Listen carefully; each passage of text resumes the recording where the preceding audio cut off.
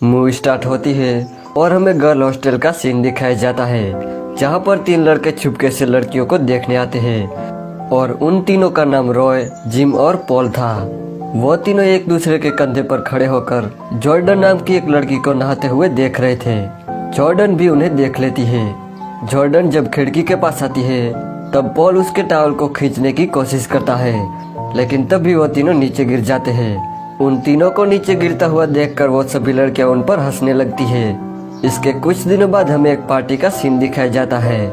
उस पार्टी में हम क्रिस और जिम को साथ में डांस करते हुए देखते हैं। दूसरी तरफ पॉल उस पार्टी में एक लड़की को पटा लेता है और उसके साथ गपागप करने लगता है, लेकिन तभी वह स्कूल के सभी टीचर आ जाते हैं और उन्हें ऐसा करते हुए देख लेते हैं। अगली सुबह सभी लड़कियां एक्सरसाइज करने लगती है।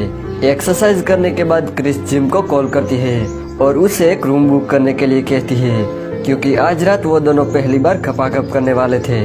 शाम को जब क्रिस और जिम एक साथ बैठकर बातें कर रहे थे तब जॉर्डन उन्हें देख लेती है और उससे बहुत जलन होती है। इसके बाद वो अपने शर्ट का बटन खोलकर जिम को सेड्यूस करने की कोशिश करती है। क्रिस की फ्रेंड बेट्सी ये सब देख रही थी और उसे ये अच्छा नहीं लगता, इसलिए वो घोड़े में बैठकर जॉर्डन के पास जाती है और उसकी शर्ट फाड़ देती है, जिसे वो सभी के सामने टॉपलेस हो जाती है। दूसरी तरफ हम क्रिस और जिम को देखते हैं। वो दोनों एक दुकान में कॉन्डम खरीदने जाते हैं। जिम को कॉन्डम लेने में शर्म आती है, इसलिए वो बिना पैकेज लिए वापस आ जाता है। इसलिए क्रिस अब कॉन्डम लेने जाती है और वो ले आती है।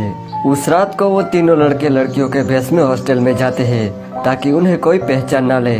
इसके बाद पॉल बेट्सी के रूम में जाता है और क्रिस जिम को अपने रूम में लेकर जाती है और उसे मसाज करने के लिए कहती है। दूसरी तरफ पॉल और बेट्सी जब गपागप करने वाले थे तब पॉल को क्रिस और जिम की गपागप करते हुए आवाज सुनाई देती है, इसलिए वो उन्हें देखने जाता है। पॉल जब खिड़की से उन्हें देखता है तो वो तो बस मसाज कर रहे थे, लेकिन तभी पॉल का पैर फिसल जाता है और वो नीचे गिर जाता है।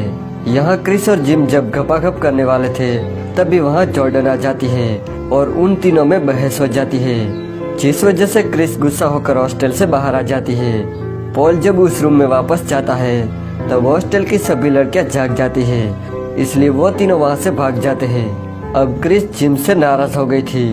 जिम उसे मनाने की बहुत कोशिश करता है। एक बार मीटिंग के दौरान जिम की मुलाकात क्रिस के डैड से होती है। जिम उनसे कहता है कि आप क्रिस को मनाओ। जिम उन्हें क्रिस को मनाने के लिए कहता है। फिर क्रिस के डैड क्रिस को समझाते हैं कि जिम एक अच्छा लड़का है। फिर थोड़ी देर बाद क्रिस जिम के पास जाती है और उन दोनों का पैचअप हो जाता है। इसके बाद हम जॉर्डन के फादर को देखते हैं। उन्होंने हाल ही में एक नई शादी की थी। वो बहुत ही अमीर थे। उन्होंने डोनेशन के तौर पे स्कूल में बहुत पैसे दिए थे, इसीलिए स्कूल की प्रिंसिपल जॉर्डन के डैड से मिलने उनकी कार के पास जाती है, जहाँ पर कार का ड्राइवर था। मिस डच कार के ड्राइवर को जॉर्डन के डैड समझ लेती है और उनसे बात करने लगती है, क्योंकि उन्होंने कभी भी जॉर्डन के डैड को नहीं देखा था। वो ड्राइवर इस मौके का फायदा उठाता है और मिस डच को कार में ले जाके पेलने लगता है। उस कार की फ्रंट सीट पर पॉल और बेट्सी पहले से ही गपागप कर रहे थे। वो मिस डच को देख के चुप जाते हैं और उनके पास हॉर्न माइक को रख देते हैं, जिससे पूरे कॉलेज को मिस डच के पेलने की आवाज सुनाई देती है। इस बात का मिस डच को जब पता चलता है तब वो पॉल को गला दबाने लगती है, जिससे वो गाड़ी स्टार्ट हो जाती है और वो कार एक स्विमिंग पूल में गिर जाती है। अगले सीन में हम क्रिस और जिम को देखते हैं। उन दोनों ने एक होटल में रूम लिया था।